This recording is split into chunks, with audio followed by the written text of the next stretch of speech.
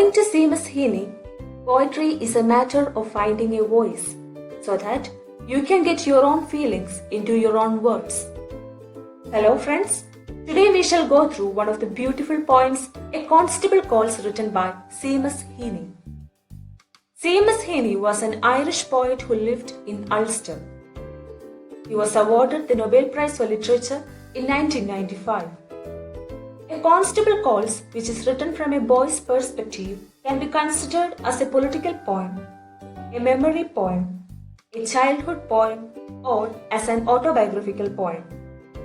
This poem is taken from the sequence of 6 poems entitled Singing School. The poem describes an official visit made by a policeman to a boy's father's farm in order to record agricultural statistics for tax purposes. Fear of authority and death are the main themes of this poem. The other themes include violence, distrust, powerlessness, conflict, and threat. It is necessary to know the political background in order to understand the poem well. So friends, we shall go through the background of the poem. The Irish were Roman Catholics and the English were Protestants. There was no love lost between them. Hence, conflicts were common. Though Ulster was the home of Irish, it was largely occupied by the settlers from England and Scotland. Besides, they dominated the economy of Ulster. Moreover, the British government and the officials were Protestants. So, the massacre of Catholics were common in Ireland. Friends, now it is plain as a day how terrified an Irish could be when he finds a Protestant constable in his home. We shall sleep on the poem in stanza wise. His bicycle stood at the window sill. The rubber cowl of a mud splasher skirting the front mudguard, its fat black handle grips heating in sunlight, the spud of the dynamo gleaming and cocked back, the pedal treads hanging relieved of the boot of the law. The first 2 stanzas describe the bicycle of the constable. Here, the bicycle is a symbol of war weapon with its huge rubber covering of the mud splasher, the metal mudguard, and fat black handle grips.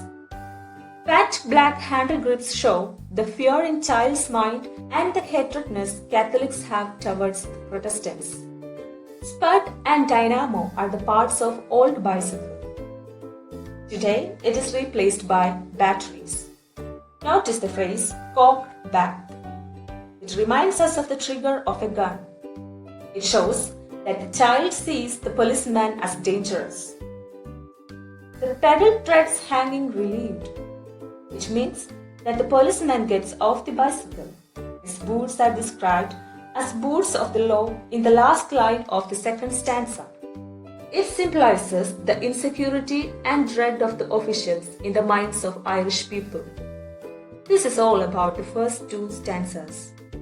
His cap was upside down on the floor next his chair. The line of its pressure ran like a bevel in his slightly sweating hair. In this stanza, Heaney describes the cap of the policeman. Though the cap lies upside down on the floor, yet nobody takes it and gives him. Next, the poet describes the mark made by the rim of the cap on the policeman's sweaty hair. Do all this description in this stanza sound pleasant? I don't think so. The 3rd stanza shows that the visit was uncomfortable for the whole family. Now let us move to the 4th and 5th stanzas. He had unstrapped the heavy ledger, and my father was making tillage returns in acres, roots, and perches. Arithmetic and fear. I sat staring at the polished holster with its buttoned flap, the braid cord looped into the revolver butt. In the 4th stanza comes the heavy ledger of the policeman. Heavy ledger shows the child's terrified imagination.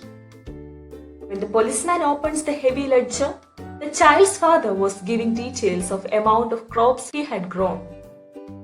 The terms like acres, roots, and perches are the measurements.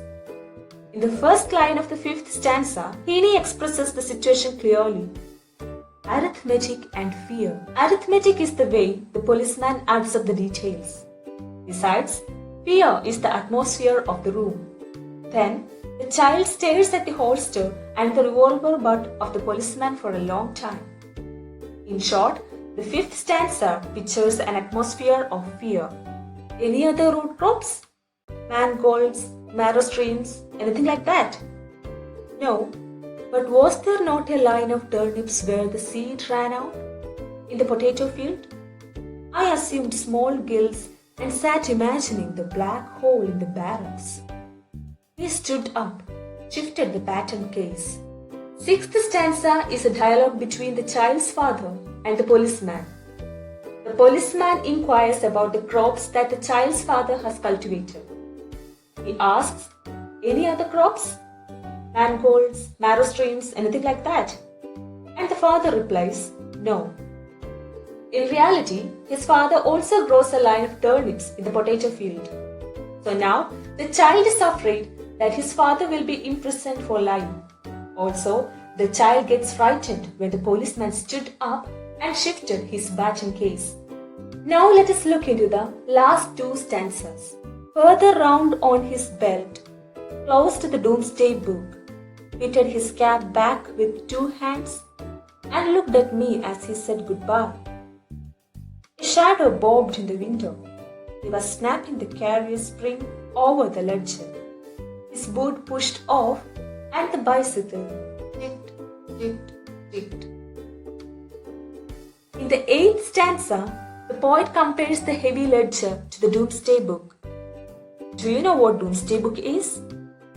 It is a record of a hated survey of lands conducted in 1805 by an English king, William the Conqueror, for the purpose of imposing taxes. And then the policeman looked at the child and said goodbye. The eye contact with the boy can be considered as an attempt to make the boy fearful, or it may be an effort to create a positive reaction in the boy. Anyhow, the tension is released in the final stanza as the policeman leaves the boy's house. He fixes his record book, that is, the heavy ledger, on his carrier and moves away. The movement of the bicycle is shown as ticked, ticked, ticked. The repetition of the word ticked alludes to the ticking of a time bomb. It shows that the Irish families live under a perpetual fear. This is all about the poem, A Constable Calls. I hope you have enjoyed the video. If you feel it worthy, please like, share, comment and subscribe. Thank you.